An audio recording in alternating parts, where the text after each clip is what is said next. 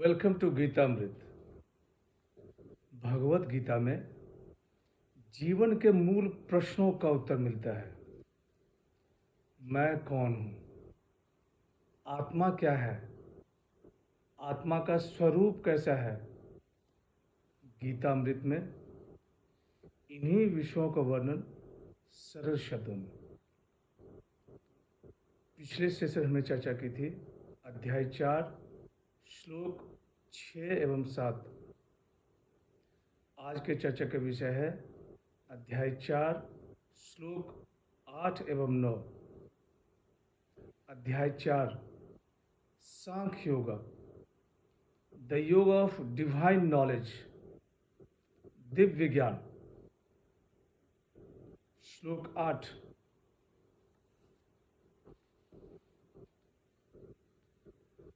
परित्राणाय साधूनां विनाशाय च दुष्कृतां धर्म संस्थापनार्थाय संभवामि युगे युगे। दुष्कृताम, दुष्ट काम, संभवामि, प्रकट होना। साधुओं की रक्षा करने के लिए, दुष्टों का विनाश करने के लिए तथा धर्म की स्थापना करने के लिए मैं प्रत्येक युग में प्रकट होता हूँ। For the protection of the good, for the destruction of the wicked, and for the establishment of the righteousness, I come into being from age to age.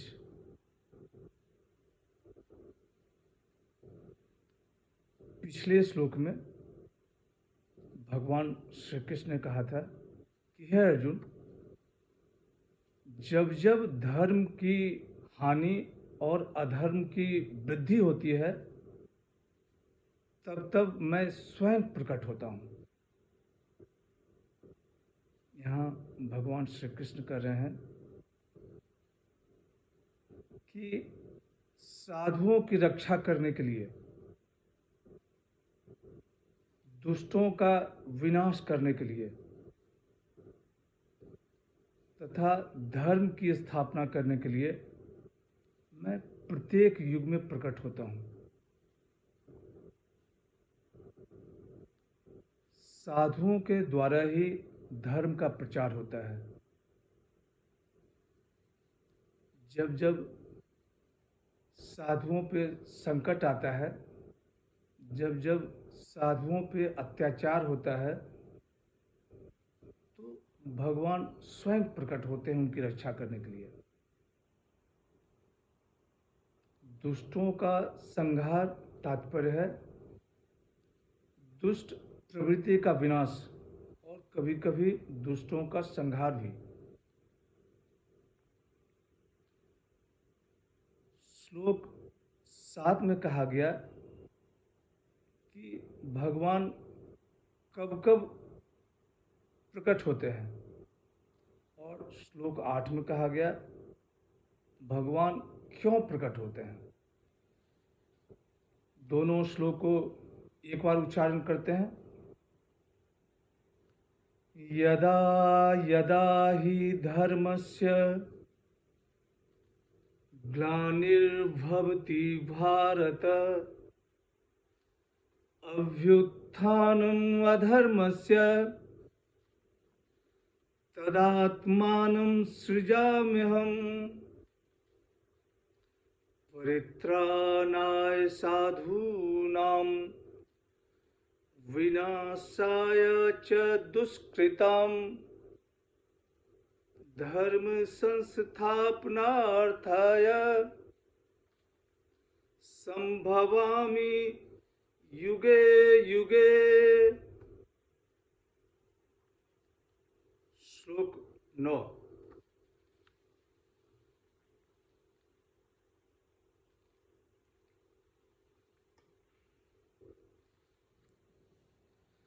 जन्म कर्म च मे दिव्यम एवं यो वेत्ति तत्वतः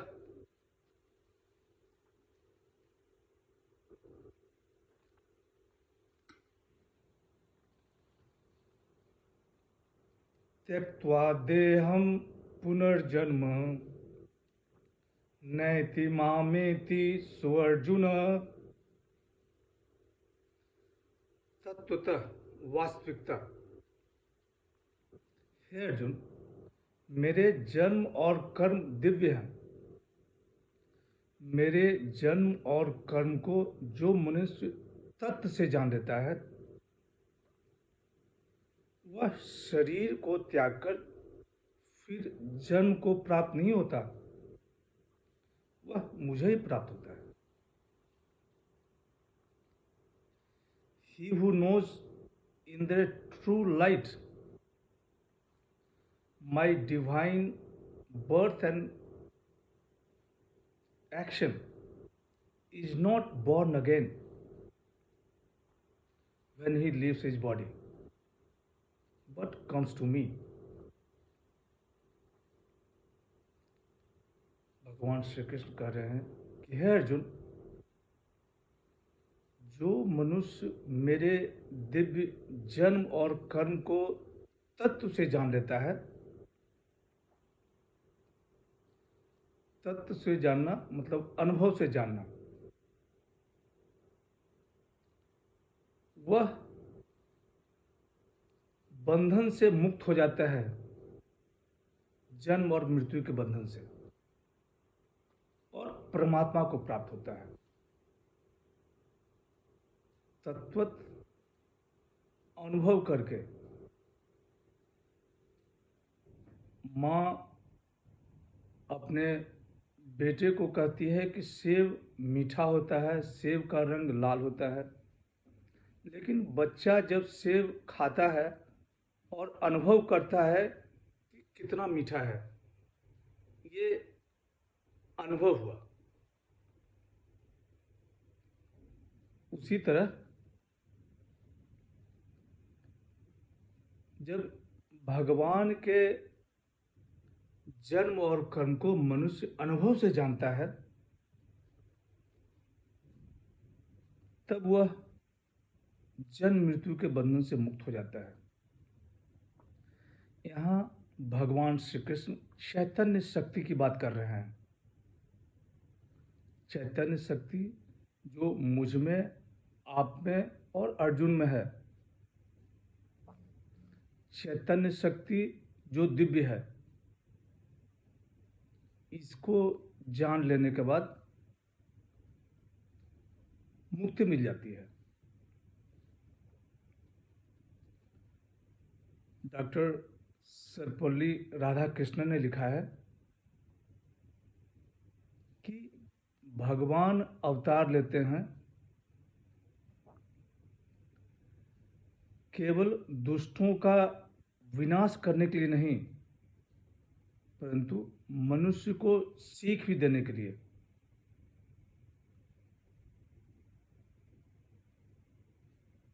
थोड़ी सी तकलीफ होती है तो हम हाय तौबा मचा देते हैं, व्याकुल हो जाते हैं। भगवान श्री राम को 14 वर्ष का वनवास मिला। भूखे प्यासे, नंगे पांव, न सोने का जगह न बैठने का जगह। कल्पना कीजिए उन पे क्या बीतती होगी। उनसे सीख लेने की जरूरत है। आगे इन्होंने कहा है,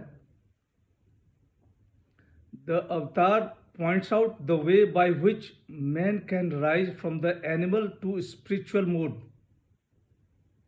by providing us with an example of spiritual life.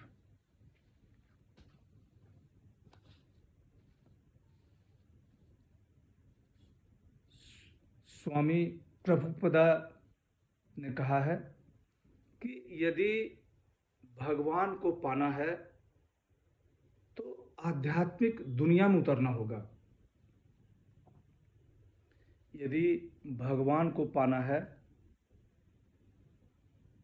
तो सोते जागते उठते बैठते उन्हीं का स्मरण, अपनी सभी इंद्रियों को भगवान को जानने में लगा दें। आंखों के सामने केवल भगवान की तस्वीर, कान से केवल भगवान के लीला के बारे में सुने, जिह्वा से केवल भगवान के नाम का उच्चारण।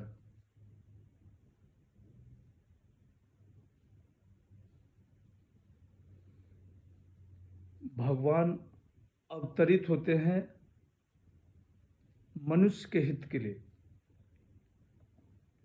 इस तत्व को जान लेने मात्र से भगवान की जन्म की दिव्यता जान लेना है।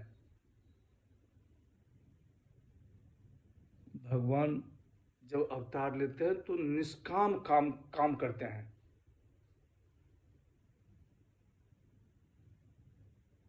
यदि मनुष्य निष्काम काम करे, कर्म करने के बाद कर्म से संबंध विच्छेद कर ले, यही दिव्य कर्म है। यही कर्मयोग है।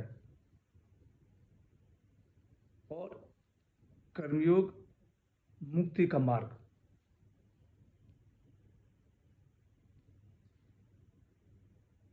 आगे के श्लोक में